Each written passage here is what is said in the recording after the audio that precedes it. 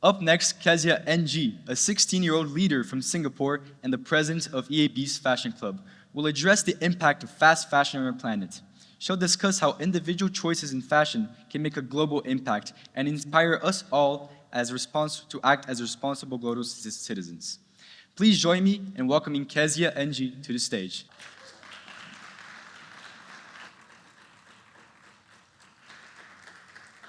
What are you wearing right now? It's a simple enough question, right? Usually the answer is something like a simple t-shirt and jeans.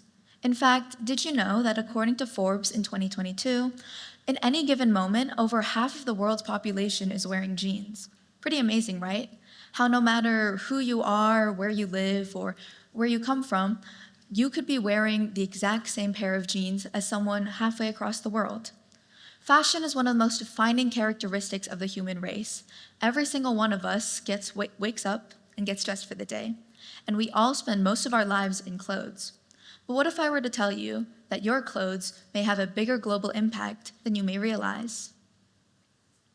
Now, according to Statista in 2024, the value of the fast fashion market worldwide was estimated to be worth over $106 billion in 2022, and forecast to rise considerably in the following years. If you were to look at the clothes in your closet, you would probably realize that most of them come from stores like fast fashion. Fast fashion has reigned supreme since the 1980s and shows no signs of slowing down. See, despite increasing awareness of the issues within the fast fashion industry, like sweatshops and unsustainable practices, consumers still flock to these easily accessible and low-priced clothing. But this is an issue, and we all know that it's an issue. Instead of harnessing the power that we, the consumers, have, as brands rely on us to survive, we opt to be a part of a phenomenon known as consumer apathy, where we actively choose not to care about the choices that our consumption habits have on the planet. Today, I want to convince you to care. Let's start off with the infamous human rights abuses. Fast fashion companies produce their clothing in sweatshops under illegal working conditions through underpaid garment workers. These garment workers usually earn very low wages that are completely illegal in most countries. In fact, fashion employs 1 out of 6 people in the world, and yet less than 2% of those people earn a living wage. A very popular Chinese fast fashion retailer that has exploded in popularity since 2020 pays their garment workers a US 47 cents for garments that go on to sell for $11. The working conditions in these sweatshops are also atrocious. Garment workers have to endure 75-hour work weeks, which is nearly double the Chinese labor law required minimum or maximum for a working week. They only get 1 hour lunch and dinner breaks, and they only get 1 day off a month. In response to these claims, the brand has completely denied any labor abuse of its workers. But it doesn't stop there. Let's look at the environmental effects of the fast fashion industry. The fast fashion industry is responsible for 20% of all annual industrial water pollution and 10% of all global carbon emissions. How does this happen? Well, let's look at that outfit formula that we're also familiar with, a t-shirt and jeans.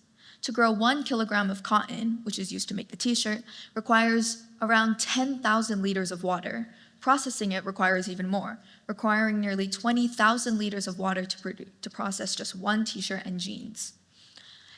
If, by 2030, fashion production keeps up the rate that it's going at, we will have surpassed the world supply of water by 40%, contaminating worldwide water supplies and endangering the lives of millions of aquatic life and cutting off access to clean water for millions of people worldwide.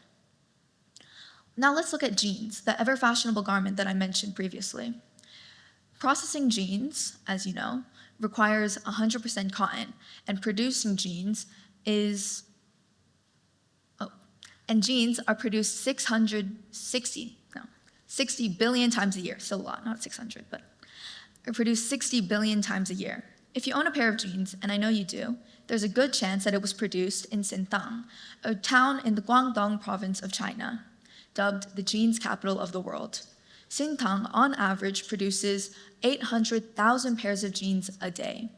Renowned fashion journalist Dana Thomas visited this town as research for her book Fashionopolis, and she found that the effects of this productivity have been drastic.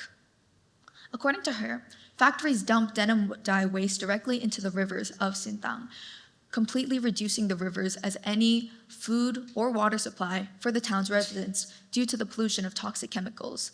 These toxic chemicals have resulted in many health problems for the garment workers in these factories, including skin rashes, infertility, and lung infections. Among these chemicals is a chemical named aniline, which is used very commonly by Chinese manufacturers to make synthetic indigo dye. Nearly 5,000 tons of synthetic indigo dye are produced from aniline every year, and almost all of which goes into denim production. The Environmental Protection Agency has stated that aniline is likely a human carcinogen, meaning that it could cause cancer. According to 2018 reports, 400 metric tons of aniline go wasted every single year. 2/3 of it ends up polluting waters, with the US Centers for Disease Control and Prevention stating that aniline is, quote unquote, very toxic to aquatic life. The other third ends up in our clothing. Okay, so I know I just dumped a whole load of very depressing information on you. And believe me, the point of this talk is not to make you feel bad about yourself or the clothes that you own. I myself have bought a lot of fast fashion over my lifetime that I am not proud of. However, we have run out of excuses to turn a blind eye to the destruction of our planet and the suffering of fellow human beings. Fast fashion companies are allowed to continue their unethical practices because of our complacency. And if we want them to change, we have to change as well.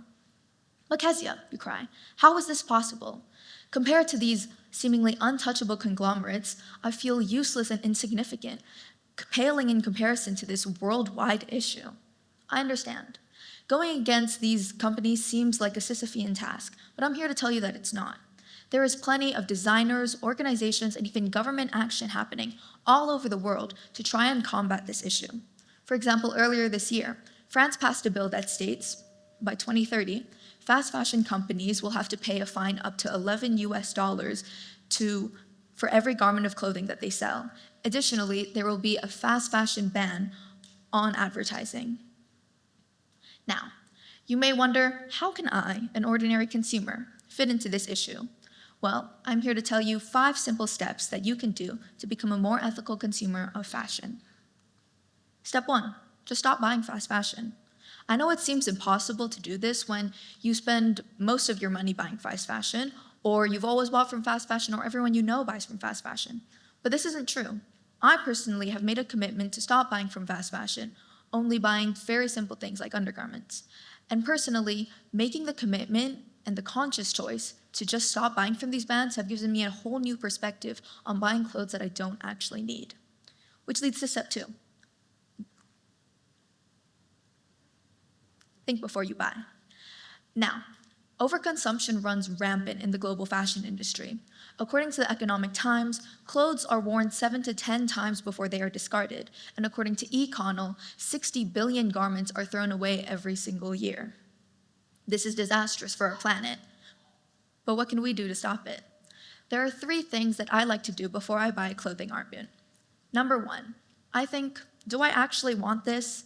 Do I just want this clothing item because it's trendy or because I just want to buy something? But will I actually wear it? Number 2, will I actually feel confident and comfortable in this garment? Is it appropriate for the weather? Does it make sense for my lifestyle? And number 3, the 5 outfit formula. Before I buy a clothing item, no matter what it is, I mentally test it to see if I can make 5 outfits using clothes that I already own from this clothing garment. If I can't, then I usually don't buy it. Step 3, use what you already have. Even if it feels like you have nothing to wear, the reality is that you probably do. You can expand your options by borrowing from friends, siblings, even parents. This is my mom's top. And you can also try out different styling options, searching up tutorials on YouTube, Instagram, Pinterest, TikTok. We have a plethora of resources to see how we can bring new life to our clothing. We can turn old pants into skirts, shirts into tank tops, and many, many more. Step 4, know where to donate.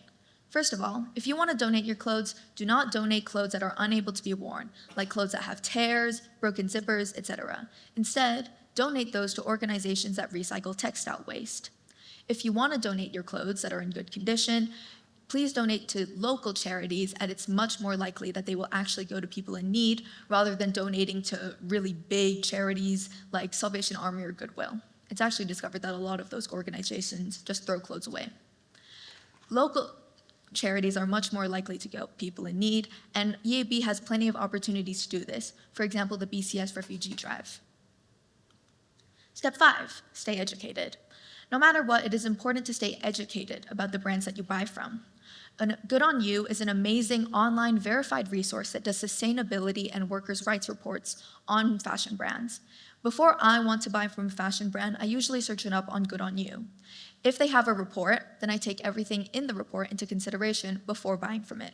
But if they don't, that's generally a good thing, because smaller businesses tend to have less environmental or human rights impacts than a big fashion brand would. And this is going to come up later. Okay then, so I'm not asking every single person in this room to completely renounce buying from fast fashion. I understand that for a lot of people, it's usually the only option that you have.